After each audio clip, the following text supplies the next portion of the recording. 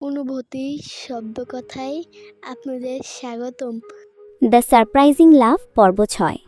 বাংলাদেশের দণ্ডবিধি আইন ১৮৬০ অনুযায়ী ইমরান সাহেবকে কিডন্যাপ করে মারার ভয় দেখিয়ে তার মেয়েকে জোর করে বিয়ে করার অপরাধে আপনাকে অ্যারেস্ট করা হচ্ছে মিস্টার কেভিন ফারদিন খান।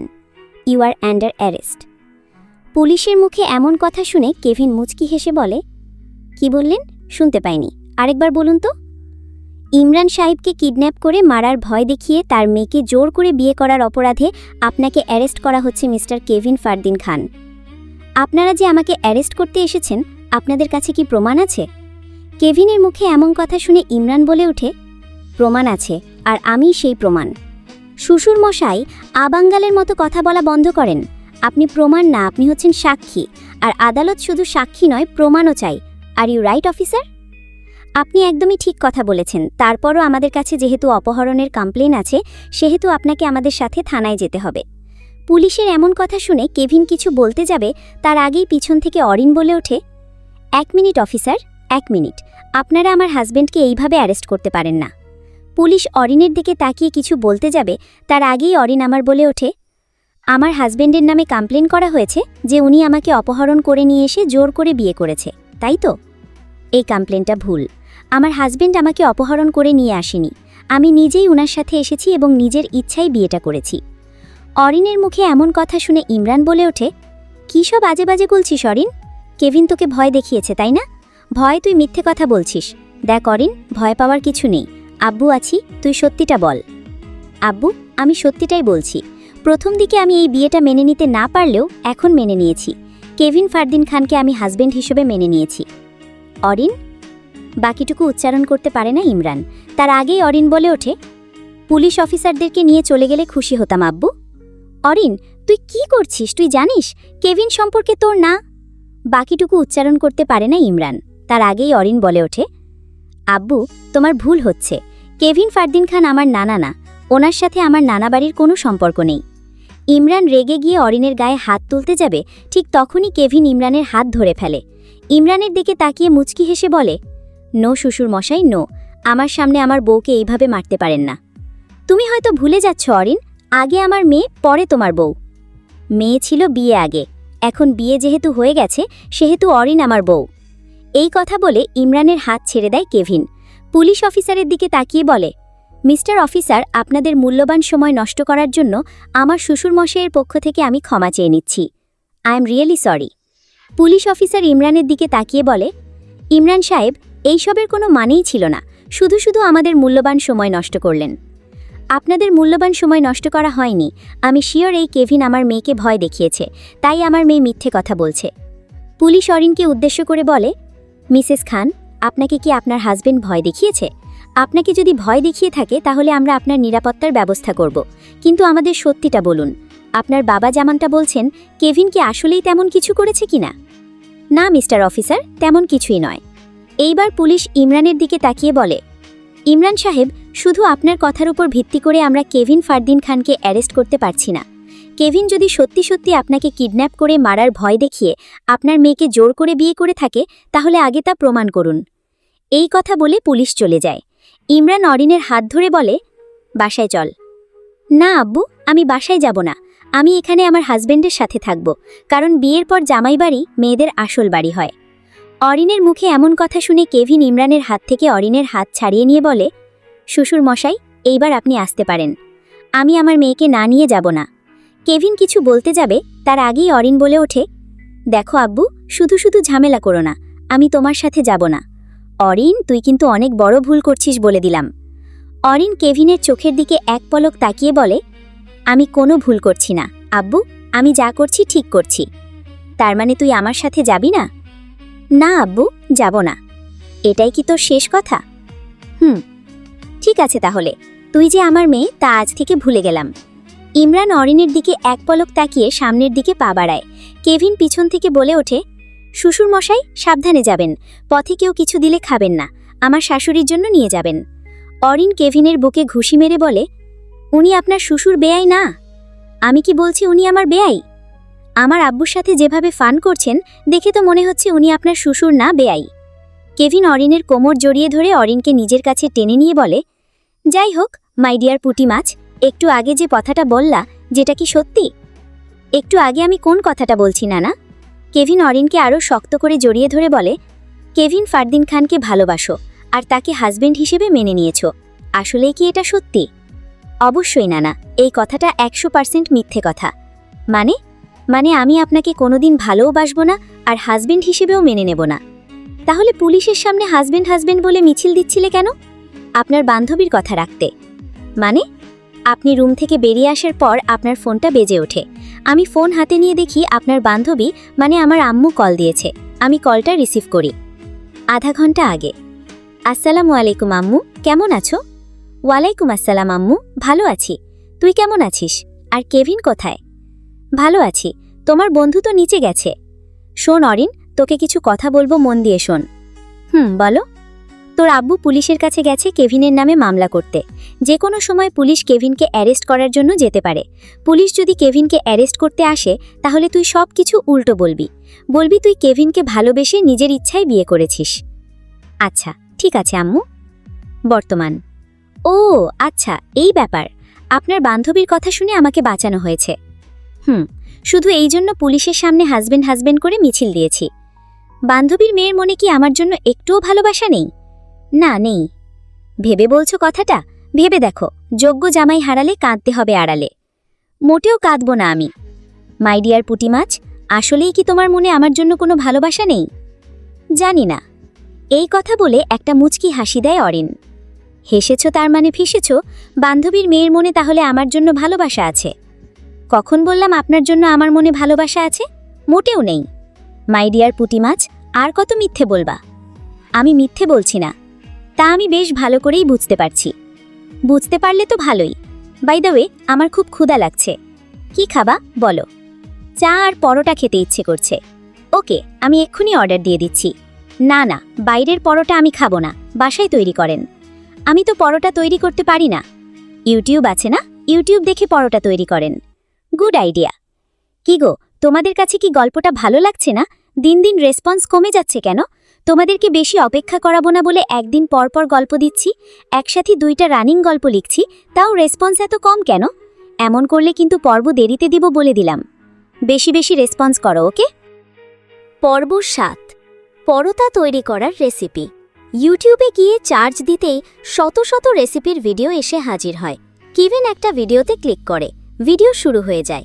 পরোটা বানানোর রেসিপি: 2 কাপ ময়দা, হাফ চা চামচ নুন, 1 4 চামচ বেকিং পাউডার ঐচ্ছিক, 1 টেবিল চামচ তেল, পানি প্রয়োজন অনুযায়ী, ঘি বা তেল ভাজবার জন্য। কেভিন ভিডিওটা কিছুক্ষণের জন্য অফ করে। ভিডিওতে বলা সব উপকরণগুলো নামিয়ে নিয়ে আবারও ভিডিও অন করে। 1. একটি বড় বাটিতে ময়দা, নুন এবং বেকিং পাউডার যদি ব্যবহার করেন মিশিয়ে নিন। 2. তেল যোগ করে ভালো করে মিশিয়ে নিন। 3. ধীরে ধীরে পানি যোগ করে নরম ডো তৈরি করুন। 4. ডোকে 10 থেকে 15 মিনিট ভালো করে মাখুন। 5. ডোকে 10 থেকে 15 মিনিট রেস্টে রাখুন। 6. ডো থেকে ছোট ছোট লুই বানিয়ে নিন। 7. প্রতিটি লুইকে গোল করে বেলে নিন। 8. গোল করা পরোটার ওপর একটু তেল বা ঘি মাখিয়ে নিন। 9. পরোটাকে ত্রিভুজ আকারে ভাঁজ করুন। 10. ত্রিভুজ আকারের পরোটাকে আবার গোল করে বেলে নিন। কেভিন ভিডিও অফ করে পরোটা বেলা শুরু করে। হাজার চেষ্টা করেও পরোটা গোল করতে পারে না কেভিন। শেষ বিরক্ত হয়ে ট্যাড়াবেড়া করেই পরোটা বেলা শুরু করে দেয়। আধ ঘন্টার মধ্যে সব পরোটা বেলা হয়ে যায়। পরোটা বেলা শেষে আবারও ভিডিও অন করে কেভিন। 11. একটি প্যানে তেল বা ঘি গরম করুন। 12. পরোটাকে প্যানে দিয়ে সোনালি বাদামি হওয়া পর্যন্ত ভাজুন। 13. উল্টে দিয়ে অন্য পাশও সোনালি বাদামি করে ভাজুন। কেভিন ভিডিও অফ করে দিয়ে পরোটা ভাজতে শুরু করে। মিনিট 10-এর মধ্যে সব পরোটা ভাজা হয়ে যায়। পরোটার কালার বাদামি না আসলেও মোটামুটি ভালোই কালার এসেছে। পরোটা বানানোর শেষে চা বসিয়ে দেয়। মিনিট 10-এর মধ্যে চাও বানানো হয়ে যায়। কেভিন কাপে চা ঢেলে নেয়। একটি প্লেটে পরোটা নিয়ে অরিনের দিকে এগিয়ে যায়। মাই ডিয়ার পুঁটি মাছ, তোমার পছন্দের চা আর পরোটা। অরিন এতক্ষণ ফোনে কে ড্রামা দেখছিল। কেভিনের কথা শুনে কেভিনের দিকে মুখ তুলে তাকায় অরিন। কেভিনকে ওপর থেকে নিচ পর্যন্ত একবার পর্যবেক্ষণ করে হো হো করে হেসে ওঠে অরিন। হঠাৎ করে অরিনকে হাসতে দেখে কেভিন ভ্যাবাচ্যাক্কা খেয়ে যায়। মাই ডিয়ার পুঁটি মাছ, তুমি এইভাবে হাসছো কেন? অরিন হেসেই যাচ্ছে, হাসার জন্য কথাও বলতে পারছে না। মাই ডিয়ার পুঁটি মাছ। অরিন কোনো রকমে হাসি আটকে বলে, না না, আপনি কি ময়দার পুকুর থেকে ডুব দিয়ে এসেছেন? পাগলের মতো কথা বলো কেন? ময়দার পুকুর আছে, কখনো শুনেছ? না মিস্টার ময়দার পুকুর, তবে আপনাকে দেখে মনে হচ্ছে আপনি সত্যি সত্যিই ময়দার পুকুর থেকে ডুব দিয়ে এসেছেন। আমি মিস্টার ময়দার পুকুর? অরিন ফোনের ক্যামেরা অন করে কেবিনের সামনে ধরে বলে, দেখুন তো মিস্টার ময়দার পুকুর, আপনাকে ময়দার পুকুরের মতো লাগে কিনা? কেবিন ক্যামেরার দিকে তাকিয়ে দেখে তার পুরো ফেসে প্লাস পুরো শরীরে ময়দা লেগে আছে। মাই ডিয়ার পুঁটি মাছ, তোমার জন্য পরোটা বানাতে গিয়ে ময়দার পুকুরে ডুব দিয়েছি, বুঝতে পারছো? বুঝতে পারছি। এইবার তাহলে পরোটাটা খেয়ে রিভিউ দাও। অরিন পরোটা হাতে তুলে নিয়ে বলে, মিস্টার ময়দার পুকুর, এই পরোটাগুলোর আকার আকৃতি এমন টেড়াবেড়া কেন? এগুলো কোন দেশের পরোটা? এগুলো কেভিন ফারদিন খানের হাতে তৈরি হওয়া পরোটা, তাই এমন ইউনিক আর টেড়াবেড়া হয়েছে। ও আচ্ছা আচ্ছা, এইবার খাওয়া শুরু করো। চা আর পরোটা ঠান্ডা হয়ে যাচ্ছে তো? অরিন চা দিয়ে ভিজিয়ে পরোটা খাওয়া শুরু করে। দুটা পরোটা ভিজিয়ে খাওয়ার পর অরিন বলে, মিস্টার ময়দার পুকুর, চা আর পরোটা দুটোই অনেক মজা হয়েছে। ময়দার পুকুরে ডুব দিয়ে এসে কষ্ট করে আমার জন্য চা আর পরোটা বানানোর জন্য আপনাকে ধন্যবাদ। শুধু ধন্যবাদ? সামান্য একটা ধন্যবাদ দিয়ে আমার এত কষ্টকে ক্লোজ করে দিলা? ধন্যবাদ আপনার কাছে সামান্য মনে হচ্ছে? সামান্য না তো কি বড় মনে হবে? তা আর কি চাই? কেভিন অরিনের দিকে ঝুঁকে বলে, ঘণ্টাখানেকের জন্য তোমার ঠোঁট দুটো চাই। দুষ্টু নানা, আপনি শুধু দুষ্ট দুষ্ট কথা বলেন কেন? দুষ্টু নানা তো দুষ্ট দুষ্ট কথাই বলবে, তাই না? মিস্টার ময়দার পুকুর, আমার খুব ঘুম পাচ্ছে, আমি ঘুমাতে গেলাম। নো মাই ডিয়ার পুঁটি মাছ, নো। আগে ঘণ্টাখানেক চুমু খেতে দাও, তারপর ঘুমাতে যাও। মিস্টার ময়দার পুকুর, আমার তো এক আকাশ পরিমাণ শরম করে। কেভিন অরিনের হাত ধরে অরিনকে নিজের কাছে টেনে নেয়। শক্ত করে অরিনের কোমর জড়িয়ে ধরে বলে, মাই ডিয়ার পুঁটি মাছ, বেশি শরম করলে চোখ বন্ধ করে ফেলো। এই কথা বলে কেভিন অরিনের ঠোঁট দুটো দখল করে নেয়। হঠাৎ এমন হওয়ায় অরিন ভ্যাবাচ্চাক্কা খেয়ে যায়। ২০ মিনিট পর অরিনের ঠোঁট দুটো মুক্ত করে দেয় কেভিন। অরিনের দিকে এক পলক দেখে কেভিন আবারও অরিনের ঠোঁট দুটো দখল করতে যাবে, ঠিক তখনই অরিন কেভিনকে জড়িয়ে ধরে কেভিনের বুকে মুখ লুকিয়ে ফেলে বড় বড় নিঃশ্বাস নিতে নিতে বলে, মিস্টার ময়দার পুকুর, আর না, আর চুমু দিয়েন না। যদি দেন তাহলে নিঃশ্বাস বন্ধ হয়ে জয় বাংলা হয়ে যাব। আমি জয় বাংলা হয়ে গেলে আপনি বিধবা হয়ে যাবেন। কেভিন অরিনকে কোলে তুলে নিয়ে রুমে চলে যায়। অরিনকে বেডে শুইয়ে দিয়ে ফ্রেশ হতে চলে যায় কেভিন। মিনিট 10 পর শুধু টাওয়াল প্যাচিয়ে ওয়াশরুম থেকে বেরিয়ে আসে কেভিন। মাত্র শাওয়ার নেওয়ায় শরীরে বিন্দু বিন্দু পানির কণা জমে আছে, ফলে জিম করা সিক্স প্যাকটা বেশ আকর্ষণীয় লাগছে। অরিন হাঁ করে তাকিয়ে থাকে কেভিনের দিকে। মাই ডিয়ার পুঁটি মাছ, তুমি চাইলে ওপরের পার্টের সাথে নিচের পার্টও দেখাতে পারি। টাওয়েল খুলবো, দেখবে নাকি নিচের পার্ট? অরিন লজ্জা পেয়ে অন্যদিকে ঘুরে যায়। কেভিন কাবার থেকে টি শার্ট আর ট্রাউজার বের করে পরে নেয়। মাথাটা ভালো করে মুছে টাওয়েলটা বারান্দায় মেলে দিয়ে আসে। বেডের ওপর শুয়ে অরিনকে জড়িয়ে ধরে চোখ বন্ধ করে। অরিনও কেভিনের বুকে মাথা রেখে চোখ বন্ধ করে। কিছুক্ষণের মধ্যে দুজনেই হারিয়ে যায় ঘুমের রাজ্যে। সকালের আলো জানলার পর্দা ভেদ করে কেভিনের মুখে এসে পড়ে। কেভিন চোখ খুলে দেখে রুমটা রোদে ভরে গেছে। ঘড়ির দিকে তাকিয়ে দেখে 8টা বাজে। মাথাটা একটু ওপরে তুলে অরিনের দিকে তাকায় কেভিন। অরিন তাকে জড়িয়ে ধরে ঘুমিয়ে আছে। মাই ডিয়ার পুঁটি মাছ, ও মাই ডিয়ার পুঁটি মাছ, শুনছো? উঠে পড়ো, 8টা+ বাজে, স্কুলে যেতে হবে তো। অরিন একটু লড়ে ওঠে। কেভিনকে আরও শক্ত করে জড়িয়ে ধরে বলে, আজকে স্কুলে যেতে ইচ্ছে করছে না, কাল যাব। কালকে তো অবশ্যই যাবা, তবে আজকেও যেতে হবে। এই কথা বলে অরিনকে নিয়েই বেড থেকে উঠে বসে কেভিন। অরিনকে কোলে নিয়েই ওয়াশরুমে চলে যায়। ঝর্ণার নিচে দাঁড়িয়ে ঝর্ণাটা ছেড়ে দেয় কেভিন। পানি পড়তেই অরিনের ঘুম উধাও হয়ে যায়। মিস্টার ময়দার পুকুর, সকাল সকাল কি শুরু করে দিলেন? আমার এত সুন্দর ঘুমটার 12টা বাজিয়ে দিয়েছেন। অনেক ঘুমিয়েছ, এইবার তাড়াতাড়ি ফ্রেশ হয়ে রেডি হয়ে নাও। অরিন ওয়াশরুম থেকে বেরিয়ে আসে। কাবার থেকে স্কুল ড্রেস নিয়ে আবার ওয়াশরুমে চলে যায়। মিস্টার ময়দার পুকুর, বের হন, আমি চেঞ্জ করব। তো করো না। আপনি থাকলে কেমনে চেঞ্জ করব? আমি থাকলে চেঞ্জ করতে সমস্যা কি? তুমি চেঞ্জ করো, আমি দেখি। মাথা ঠিক আছে আপনার? কি সব বাজে বাজে বলছেন? কেভিন কিছু বলতে যাবে, তার আগেই অরিন আবার বলে ওঠে, বের হন বলছি। কেভিন ওয়াশরুম থেকে বেরিয়ে আসে। বারান্দায় গিয়ে টাওয়েলটা নিয়ে শরীরে থাকা সব পানি মুছে নেয়। রুমে আসে কাবার থেকে কালো প্যান্ট আর সাদা শার্ট পরে নেয়। মিররের সামনে দাঁড়িয়ে চুলগুলো সেট করে নেয়। পছন্দের পারফিউমটা স্প্রে করে নেয়। ব্লেজারটা পরে নিজেকে শেষবারের মতো দেখে নেয়। ততক্ষণে অরিনও চেঞ্জ করে বেরিয়ে আসে। মিররের সামনে দাঁড়িয়ে চুলগুলো বেনি করে নেয়। হিজাবটা পরে নিয়ে নিজেকে শেষবারের মতো মিররে দেখে। সব কমপ্লিট। মাই ডিয়ার পুটি মাছ, রেডি তো? দেখতে পারছেন না চোখ কি হাতে নিয়ে রেখেছেন? এভাবে কথা বলো কেন? একটু সুন্দর করে মিষ্টি করেও তো বলতে পারো। মাননীয় ময়দার পুকুর, আমি স্কুল ড্রেস পরে রেডি হয়ে নিয়েছি। দেখেন, এইবার চলেন স্কুলের উদ্দেশ্য বের হই। হয়েছে, আর মিষ্টি করে বলতে হবে না। মিষ্টি করে শোনার শখ মিটে গেছে। এখন চলো যাই। চলেন। কেবিন অরিনের হাত ধরে অরিনকে নিয়ে বের হয়ে যায়। পর্ব ৮। চট্টগ্রাম পাবলিক স্কুল অ্যান্ড কলেজের গেটের সামনে এসে গাড়ি ব্রেক করে কেবিন। অরিনের দিকে ঝুঁকে সিট বেল্টটা খুলে দেয়। অরিন গাড়ি থেকে নেমে দাঁড়ায়। কেবিন অরিনের দিকে তাকিয়ে বলে, মন দিয়ে সব ক্লাস করবা, ঠিক আছে? আর ছুটির পর ওয়েট করবা, নিতে আসব। আচ্ছা, ঠিক আছে। অরিন স্কুলের ভিতরে চলে যায় আর কেবিন অফিসের উদ্দেশ্যে রওনা দেয়। 10 মিনিট ধরে বেহায়ার মতো কেবিনকে কল দিয়ে যাচ্ছেন জামশেদ আলম, কিন্তু কল রিসিভ হচ্ছে না। প্রতিবারই রিং হয়ে কেটে যাচ্ছে। জামশেদ কেবিনের উপরে বেশ বিরক্ত হন। তিনি ঠিক করেন যে অফিসে যাবেন। যে ভাবনা সেই কাজ। জামশেদ বের হয়ে পড়ে অফিসের উদ্দেশ্যে। আধা ঘন্টার মধ্যে তিনি অফিসের গেটের সামনে পৌঁছে যায়। গাড়ি থেকে নেমে অফিসের দিকে এগিয়ে যায়। লিফটে উঠে 5 তলার বাটনে ক্লিক করে। মিনিট দুয়েকের মধ্যেই 5 তলায় পৌঁছে যায় জামশেদ। লিফট থেকে নেমে এগিয়ে যায় কেবিন ফারদিন খানের কেবিনের দিকে। দরজা ঠেলে ভিতরে ঢুকে যান জামশেদ। কেবিন অফিসের কিছু ফাইল চেক করছিল। নিজের কেবিনে কারো উপস্থিত টের পেয়ে চোখ তুলে তাকায় কেবিন। বাবাকে দেখে মুচকি হেসে বলে, আব্বু, তুমি অফিসে কেন এসেছ? কোনো সমস্যা হয়েছে কি? তোর ফোন কোথায়? আমার ফোন তো আমার কাছে।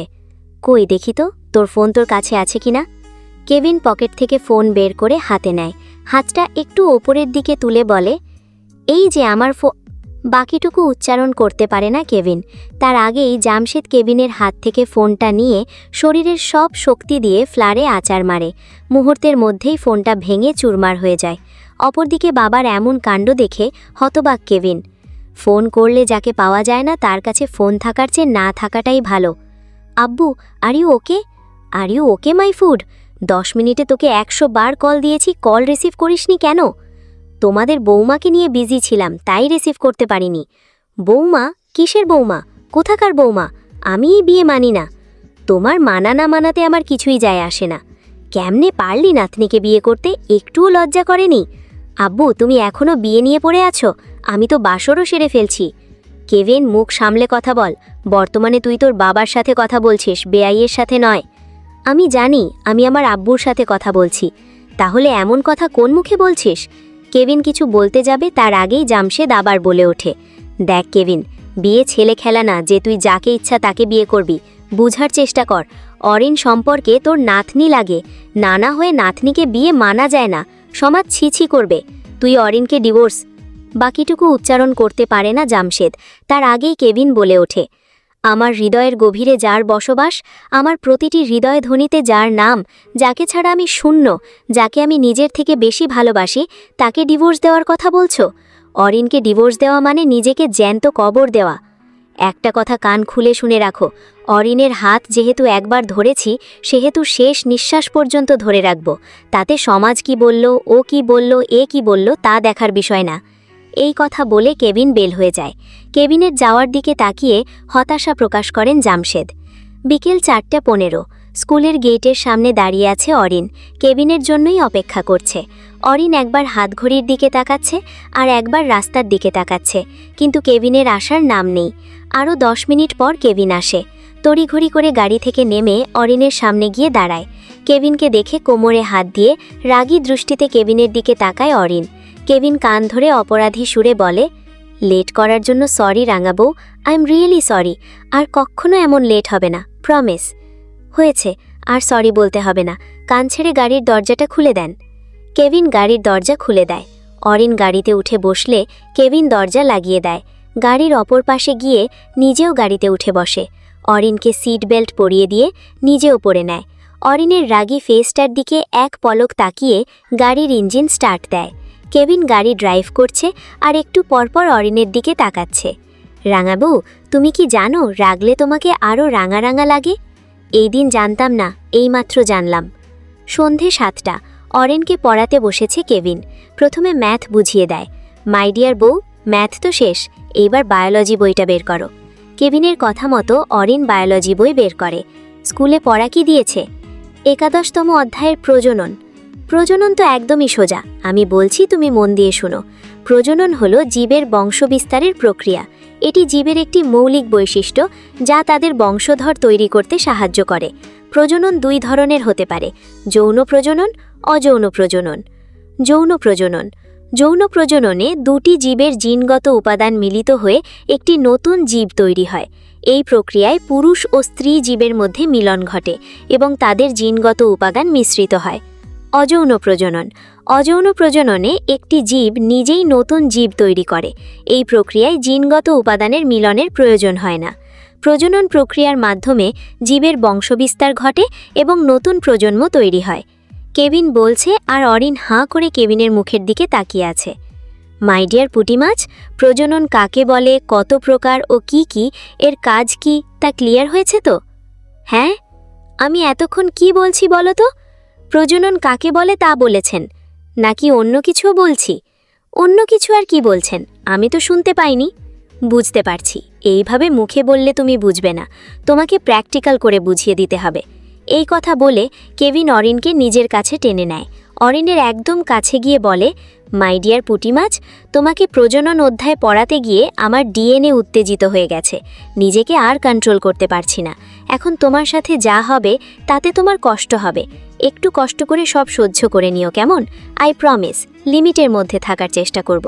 এই কথা বলে কেভিন অরিনের ঠোঁট দুটো দখল করে নেয়। মিনিট 5 পর ঠোঁট ছেড়ে দিয়ে অরিনকে বেডের সাথে চেপে ধরে অরিনের ঘাড়ে মুখ গুজে দেয়। কেভিন নিজের কাজ কন্টিনিউ করছে আর অরিন ছাড়া পাওয়ার জন্য ছটফট করছে, কিন্তু 30 বছরের ক্ষুধার্ত যুবকের সাথে পেরে ওঠে না। মিনিট 5 পর অরিনের ওপর থেকে সরে এসে পরনে থাকা টি-শার্টটা খুলে ফেলে কেভিন। তারপর আবারও ঝাঁপিয়ে পড়ে অরিনের ওপর।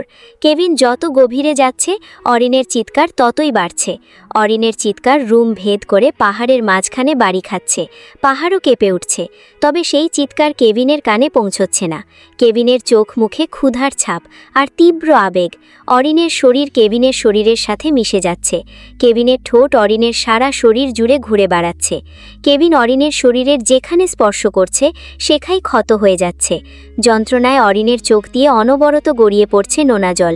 15 বছরের কিরোশির যে খুব কষ্ট হচ্ছে সেদিকে কেভিনের কোনো খবর নেই। সেই নিজের চাহিদা মেটাতে ব্যস্ত। অরিন সহ্য করতে না পেরে শেষমেশ জ্ঞান হারিয়ে ফেলে। ঘণ্টাখানেক পর যখন কেভিনের চাহিদা পূরণ হয় তখন কেভিন শান্ত হয়ে অরিনের বুকের ওপর মাথা রেখে শুয়ে পড়ে। অরিনের কোনো রেসপন্স না দেখে কেভিন অরিনের দিকে তাকায়। অরিন চোখ বন্ধ করে আছে। কেভিন কয়েকবার অরিনকে ডাকে, কিন্তু কোনো রেসপন্স পায় না। কেভিন বুঝতে পারে যে অরিন জ্ঞান হারিয়ে ফেলেছে। পর্ব 09। কেভিন অরিনের ওপর থেকে সরে আসে, চাদর দিয়ে অরিনকে ভালো করে ঢেকে দেয়। বেডের নিচে পড়ে থাকা ট্রাউজারটা তুলে নিয়ে পরে নেয়। অরিনের কপালে একটা চুমু দিয়ে পানি আনতে নিচে চলে যায় কেভিন। মিনিট 5 মধ্যে পানি নিয়ে রুমে আসে কেভিন। বেডের দিকে এগিয়ে গিয়ে অরিনের মুখে পানি ছিটিয়ে দেয়। অরিন আস্তে আস্তে চোখ খোলে। চোখ খুলতেই নিজের ওপর কেভিনকে ঝুঁকে থাকতে দেখে অরিনের চোখে জল চলে আসে। আর কিছু কইরেন না প্লিজ, আমার খুব কষ্ট হচ্ছে, পুরো শরীর ব্যথা করছে। কেভিন যত্ন সহকারে অরিনের চোখের জল মুছে দেয়। অরিনের কপালে একটা গভীর চুমু খেয়ে বলে, আই অ্যাম রিয়েলি সরি রাঙাবু, নিজের প্রতি কন্ট্রোল হারিয়ে একটু বেশিই করে ফেলছি। অরিন আর কিছু বলে না। কেভিন অরিনকে কোলে তুলে নিয়ে ওয়াশরুমে চলে যায়। অরিনকে ঝর্ণার নিচে ধার করিয়ে ঝর্ণাটা ছেড়ে দেয়। শরীরে পানি পড়তেই ব্যথায় কেঁকিয়ে ওঠে অরিন। কেভিন তাড়াতাড়ি করে ঝর্ণাটা অফ করে দেয়। কোনো রকমে অরিনকে ফ্রেশ করিয়ে নিয়ে আসে কেভিন। 1 মিনিট ওয়েট করো, আমি লোশন নিয়ে আসছি। লোশন লাগিয়ে দিলে ব্যথাটা একটু কমে আসবে।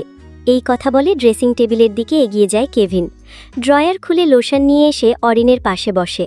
আস্তে আস্তে করে অরিনের পুরো শরীরে লোশন লাগিয়ে দেয় কেভিন। লোশন লাগানো শেষে অরিনকে বেডে শুইয়ে দিয়ে ফ্রেশ হতে চলে যায়। মিনিট 10 পর ফ্রেশ হয়ে বের হয়ে আসে। কাবার্ড থেকে টি শার্ট আর ট্রাউজার বের করে পরে নেয়। মাথাটা ভালো করে মুছে টাওয়ালটা বারান্দায় মেলে দিয়ে আসে। বেডের ওপর উঠে অরিনকে নিজের বুকে নিয়ে ঘুমিয়ে পড়ে। সকাল 9টা। বুকের ওপর গরম অনুভব হতেই ঘুম ভেঙে যায় কেভিনের। অরিনের দিকে তাকিয়ে দেখে অরিন ঘুমিয়ে আছে। জ্বরে পুরো শরীর পুড়ে যাচ্ছে। কেভিন অরিনকে বেডে শুইয়ে দেয়। চাদরটা ভালো করে অরিনের গায়ে দিয়ে দেয়। অরিনের কপালে একটা চুমু দিয়ে বেড থেকে নেমে ফ্রেশ হতে চলে যায়। মিনিট 5 মধ্যে ফ্রেশ হয়ে বের হয়ে আসে। ড্রেসিং টেবিলের ওপর থেকে ফোনটা হাতে নিয়ে বারান্দায় গিয়ে দাঁড়ায় কেভিন। স্কুল লাইফের ফ্রেন্ড রিঙ্কির নাম্বার ডায়াল করে কল দেয় তাকে। রিঙ্কি পেশায় একজন ডাক্তার। প্রথমবার রিং হয়ে কেটে গেলেও দ্বিতীয়বার রিসিভ হয়। ফোনের ওপাশ থেকে ভেসে আসে রিঙ্কির গলা। কী অবস্থা কেভিন, কেমন আছিস? বউ অসুস্থ তাই ভালো নেই। তুই কেমন আছিস? আলহামদুলিল্লাহ ভালো আছি। তা বিয়ে করলি কবে? আর তোর বউয়ের কি হয়েছে? কাল রাতে বাসর করছিলাম, সকালে উঠে দেখি বউয়ের জ্বর চলে আসছে। অতিরিক্ত করে ফেলেছিস তুই, তাই তো জ্বর চলে আসছে। কন্ট্রোললেস হয়ে একটু বেশি করছি ঠিক আছে, কিন্তু অতিরিক্ত করিনি। হয়েছে আর বলতে হবে না, ঘণ্টাখানেকের মধ্যে আমি আসছি। বাসার অ্যাড্রেসটা আমি তোকে মেসেজ করে পাঠিয়ে দিচ্ছি, তুই তাড়াতাড়ি আয় বইন, বউয়ের জন্য আমার হার্ট ব্লক হয়ে আসতেছে। হয়েছে, এইবার ভণ্ডামি বাদ দে। বউয়ের জন্য এত দরদ থাকলে বাসর করতে গেছিলি কেন? যত সব নাটকীয় কথাবার্তা। শালির মাইয়া, আমার কষ্ট তোর কাছে নাটক মনে হচ্ছে? বেশি কথা না বলে তাড়াতাড়ি এসে আমার বউটাকে দেখে যা। কেভিন ফোন কেটে দেয়। রুমে এসে অরিনের দিকে আরেক পলক দেখে নিচে চলে যায়। রান্নাঘরে গিয়ে ইউটিউব দেখে অরিনের পছন্দের ব্রেকফাস্ট তৈরি করতে থাকে। আধা ঘন্টার মধ্যে ব্রেকফাস্ট তৈরি করা হয়ে যায়। ব্রেকফাস্টটা প্লেটে নিয়ে পা বাড়ায় রুমের দিকে। মিনিট 2 মধ্যে রুমে পৌঁছে যায় কেভিন। খাবারের প্লেটটা ড্রেসিং টেবিলের ওপর রেখে বেডের দিকে এগিয়ে যায়। অরিনের দিকে ঝুঁকে অরিনকে ডাকতে থাকে। মাই ডিয়ার পুঁটি মাছ, শুনছ? উঠে পড়ো, শুয়ে থাকলে আরও বেশি খারাপ লাগবে। ওঠো, ফ্রেশ হয়ে হালকা কিছু খেয়ে নাও। অরিন চোখ খুলে কেভিনের দিকে তাকায়। কেভিন অরিনকে কোলে তুলে নিয়ে ওয়াশরুমে চলে যায়। মিনিট 5 পর অরিনকে ফ্রেশ করিয়ে নিয়ে আসে কেভিন। অরিনকে বেডের ওপর বসিয়ে দিয়ে খাবারের প্লেটটা হাতে তুলে নেয়। মাই ডিয়ার পুঁটি মাছ, হাঁ করো, আমি খাইয়ে দিচ্ছি। আমি খাবো না। খাবো না বললে হবে না, একটু হলেও খেতে হবে। অরিন কিছু বলতে যাবে তার আগেই কেভিন বলে ওঠে, আমি কোনো কথা শুনতে চাই না। যেহেতু আমি বলছি সেহেতু খাবারটা খেতেই হবে। এখন হাঁ করো। অরিন হাঁ করে। কেভিন অরিনকে খাইয়ে দিতে থাকে। মিনিট 5 পর অরিন বলে ওঠে, হয়েছে, আর খেতে পারবো না। কেভিন আর জন করে না। ঠিক আছে, আর খেতে হবে না, এবার রেস্ট নাও। এই কথা বলে কেভিন অরিনের কপালে একটা চুমু দিয়ে প্লেটটা নিয়ে বের হয়ে যায়। সিঁড়ি বেয়ে নিচে নামতেই বাড়ির কলিং বেলটা বেজে ওঠে। কেভিন খাবারের প্লেটটা ডাইনিং টেবিলের ওপর রেখে বাড়ির মেন দরজার দিকে এগিয়ে যায়। দরজা খুলে দেখে রিঙ্কি এসেছে। কেভিন রিঙ্কিকে অরিনের কাছে নিয়ে যায়। রিঙ্কি অরিনের সাথে টুকটাক কথা বলতে বলতে চেক আপ করে নেয়। কেভিন, তোর বউয়ের জ্বর অনেক, ইঞ্জেকশন দিতে হবে। না, আমি ইঞ্জেকশন দেব না, আমার ভয় করে। আপনি ঔষধ লিখে দেন। শুধু ঔষধ দিলে হবে না, ইঞ্জেকশনও দিতে হবে। এই কথা বলে রিঙ্কি ইঞ্জেকশন তৈরি করে নেয়। অরিনের দিকে এগিয়ে এসে অরিনের হাত ধরতে যাবে, ঠিক তখনই অরিন লাফ দিয়ে বেড থেকে উঠে কেভিনকে জড়িয়ে ধরে বলে, মিস্টার ডিএনের গোডাউন, আমি ইঞ্জেকশন দেব না। ইঞ্জেকশন দেখলেই আমার ভয় করে। আপনার বান্ধবীকে ইঞ্জেকশন দিতে নিষেধ করেন প্লিজ। মাই ডিয়ার পুঁটি মাছ, বুঝার চেষ্টা করো। বাকিটুকু উচ্চারণ করতে পারে না কেভিন, তার আগেই অরিন বলে ওঠে, এত বুঝাবুঝির দরকার নেই। আমি ইঞ্জেকশন দেব না মানে দেব না, বুঝতে পারছেন মিস্টার ডিএনের গোডাউন? অরিনের এমন কথা শুনে রিঙ্কি বলে, কেভিন, ওরে চেপে ধরো, আমি ইঞ্জেকশনটা দিয়ে দিই। ও না না গো, মিস্টার ডিএনের গোডাউন, বুঝার চেষ্টা করুন। আপনার বউ ইঞ্জেকশন দেখলেই ভয় পায়, ভয়ে হার্ট অ্যাটাক করে ফেলবে। আপনি কি চান আপনার বউ হার্ট অ্যাটাক করে আপনাকে বিধবা বানিয়ে দিক? অরিনের এমন কথা শুনে কেভিন শক্ত করে অরিনের কোমর জড়িয়ে ধরে বলে, এমন করে না মাই ডিয়ার পুঁটি মাছ, ইঞ্জেকশনটা দিয়ে নাও। মিস্টার ডিএনের গোডাউন, আমার খুব ভয় হচ্ছে, ওইটা ঢুকালে অনেক ব্যথা পাবো। আস্তে ঢুকাবেন প্লিজ। আস্তেই ঢুকাবো মাই ডিয়ার পুঁটি মাছ, তুমি একটুও ব্যথা পাবে না। আমার গলা জড়িয়ে ধরো আর চোখ বন্ধ করে 10 বার আমার নাম নাও, দেখবে খুব সহজেই ঢুকে গেছে। অরিন কেভিনের গলা জড়িয়ে ধরে, চোখ বন্ধ করে কেভিন নানা বলতে শুরু করে। 6 বার বলার পর যখন 7ম বার বলতে যাবে, ঠিক তখনই কেভিন বলে, মাই ডিয়ার পুঁটি মাছ, আর বলতে হবে না, ইঞ্জেকশন পুশ করা হয়ে গেছে। সত্যি? একটুও ব্যথা লাগেনি তো? আস্তে ঢোকানো হয়েছে তাই ব্যথা লাগেনি। দুপুর 2টো। ইউটিউব দেখে অরিনের জন্য স্যুপ রান্না করে নিয়ে এসেছে কেভিন। বেটের দিকে এগিয়ে গিয়ে অরিনের সামনে বসে বলে, মাই ডিয়ার পুঁটি মাছ, তোমার জন্য নিজের হাতে স্যুপ রান্না করছি, খেয়ে বলো তো কেমন হয়েছে। আমি এসব স্যুপ টুপ খাবো না বললে হবে না। মিস্টার ডিএনের গোডাউন, আমার খেতে ইচ্ছে করছে না। খেতে ইচ্ছে না করলেও খেতে হবে, ওকে? এখন হাঁ করো, আমি খাইয়ে দিচ্ছি। অনিচ্ছা সত্ত্বেও অরিন হাঁ করে। কেভিন অরিনকে স্যুপ খাইয়ে দেয়। মিনিট 5 পর অরিন বলে ওঠে, মাই ডিয়ার পুঁটি মাছ, তাড়াতাড়ি স্যুপটা শেষ করো, মেডিসিন নেওয়ার সময় হয়ে গেছে তো। মিস্টার ডিএনের গোডাউন, এত মেডিসিন খেয়ে কি হবে? রাতে তো আবার ব্যথা দিয়ে অসুস্থ বানিয়ে ফেলবেন। আজকে রাতে ব্যথা দেব না, প্রমিস। তবে কাল রাতের কথা বলতে পারছি না। তার মানে কাল রাতে আবারও? গ্যারেন্টি দিতে পারছি না মাই ডিয়ার পুঁটি মাছ। কাল রাতে কি আবারও কিছু হবেই নাকি হবে না, তা মূলত আমার ডিএনএর ওপর নির্ভর করছে। ঠিক এই জন্যে আপনাকে ডিএনএর গোডাউন বলি। কেভিন হাসতে হাসতে বলে, হয়েছে, আর বলতে হবে না। এখন তাড়াতাড়ি স্যুপটা শেষ করো। অরিন মুখ গোমরা করে স্যুপ খেয়ে নেয়। কেভিন অরিনের মেডিসিন নিয়ে আসে। অরিন মেডিসিন খেয়ে শুয়ে পড়ে। কেভিন অরিনের পাশে বসে অরিনের মাথায় হাত বুলিয়ে দিতে থাকে। মিনিট 10 মধ্যে অরিন ঘুমিয়ে পড়ে। কেভিনও অরিনকে জড়িয়ে ধরে ঘুমিয়ে পড়ে। পর্ব 10। সন্ধ্যা 7:30। ডাইনিং রুমে বসে টিভিতে কে ড্রামা দেখছে অরিন। অপরদিকে অরিনের জন্য ফুসকা তৈরি করছে কেভিন। ফুসকা তৈরি করা হয়ে গেলে সেই ফুসকা নিয়ে ডাইনিং রুমের দিকে এগিয়ে যায় কেভিন। অরিনের পাশে বসে ফুসকার প্লেটটা অরিনের দিকে এগিয়ে দেয়। অরিন কেভিনের হাত থেকে ফুসকার প্লেট নিয়ে খাওয়া শুরু করে। কেভিন অরিনের দিকে এক পলক তাকিয়ে রিমোটটা হাতে নিতে যাবে, ঠিক তখনই অরিন বলে ওঠে, ভুল করেও রিমোটে হাত দেবেন না বলে দিলাম। কেভিন টিভির দিকে এক পলক তাকিয়ে বলে, এই সব ছিলামুর্দিদের ড্রামা দেখে কি মজা পাও বুঝি না। এইগুলো কোনো ড্রামা হলো? এইগুলো ড্রামা না হলে কোনগুলো ড্রামা শুরি? কেভিন অরিনের দিকে ঝুঁকে নেশালো কণ্ঠে বলে, যে ড্রামাতে নায়ক নায়িকা প্রতি সেকেন্ডে চুম্মাচাটি করবে, সেকেন্ডে জোর করে চিপায় নিয়ে যাবে, ইটিস পিটিস করবে, ওইগুলোই হচ্ছে ড্রামা। ওই ড্রামাগুলো দেখলেই আলাদা একটা ফিলিংস কাজ করে, শরীরের প্রতিটি অঙ্গ গরম হয়ে যায়। সেগুলোই হচ্ছে আসল ড্রামা।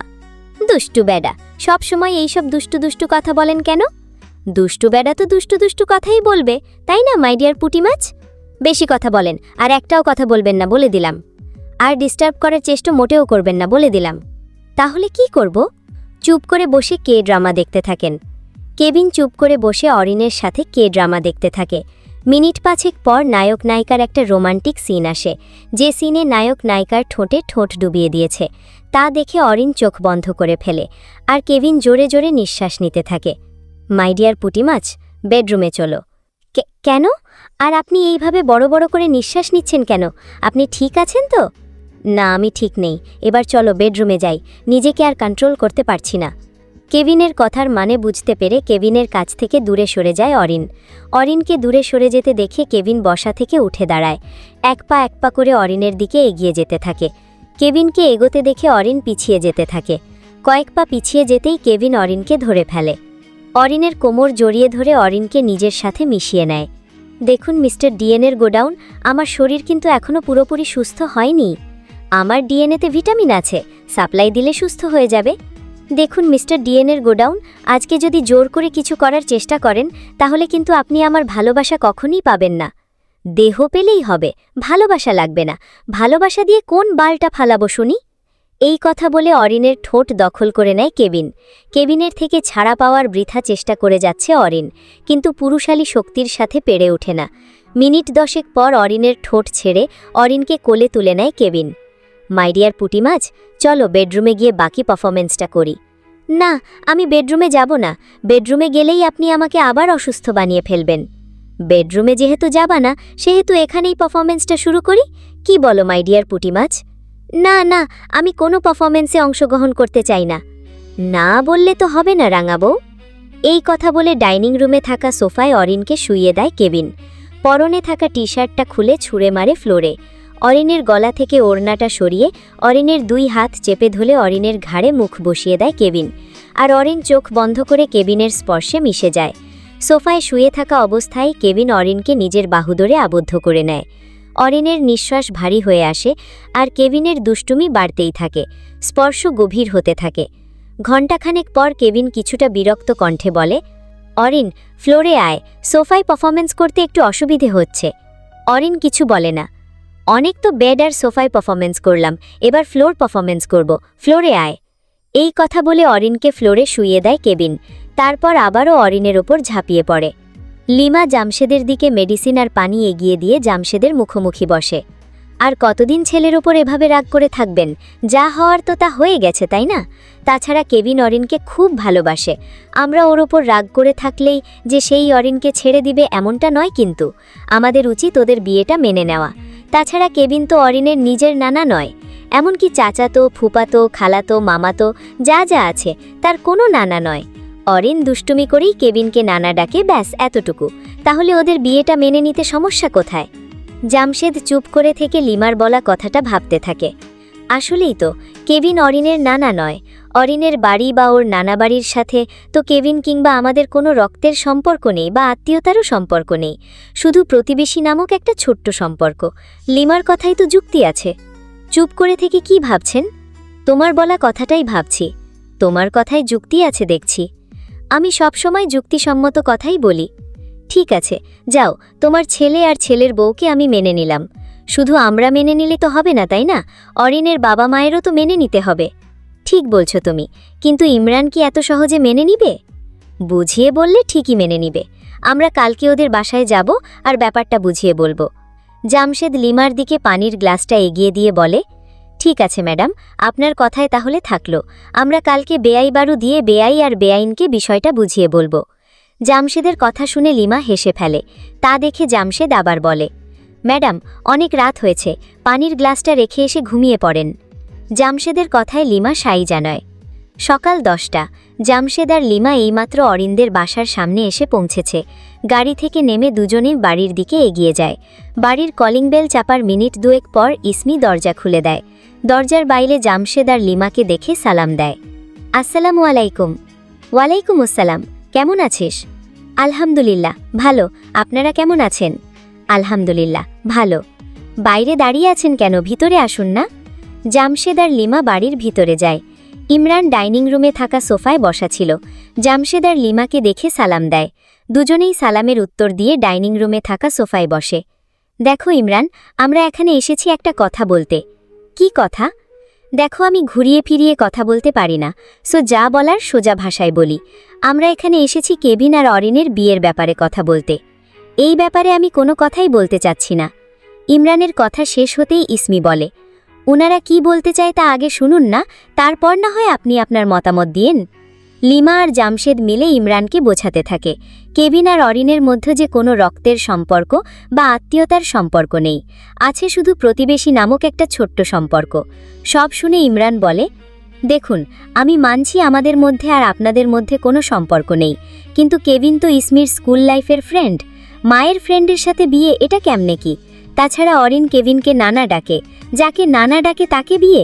মানুষ কি বলবে, সমাজ কি বলবে? ইমরানের মুখে এমন কথা শুনে ইসমি বলে, সমাজ কি বলবে, মানুষ কি বলবে তা না ভেবে মেয়ে কাকে ভালোবাসে, কার সাথে সুখে থাকবে এটা দেখুন।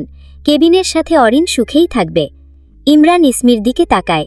ইসমি ইমরানের হাত ধরে বলে, দেখুন, আপনি যে মেয়ের কথা ভেবে প্রতি রাতে কান্না করেন তা কিন্তু আমি জানি। মেয়ের ওপর আর কতদিন রাগ করে থাকবেন? এইবার ওদের বিয়েটা মেনে নেন। ইমরান ইসমির দিকে তাকায়, তারপর গভীর নিঃশ্বাস ফেলে বলে, ঠিক আছে, আমি রাজি, কিন্তু তোমার ফ্রেন্ডকে বলে দিও যেন আমার মেয়েকে সে সব সময় খুশি রাখে। আমার ফ্রেন্ডের কাছে আপনার মেয়ে সুখেই থাকবে। আজকের গল্পটি আপনাদের কেমন লাগলো? ভালো লাগলে লাইক, কমেন্ট, শেয়ার, সাবস্ক্রাইব করে পাশে থাকবেন। আবার দেখা হবে পরবর্তী ভিডিওতে। টাটা।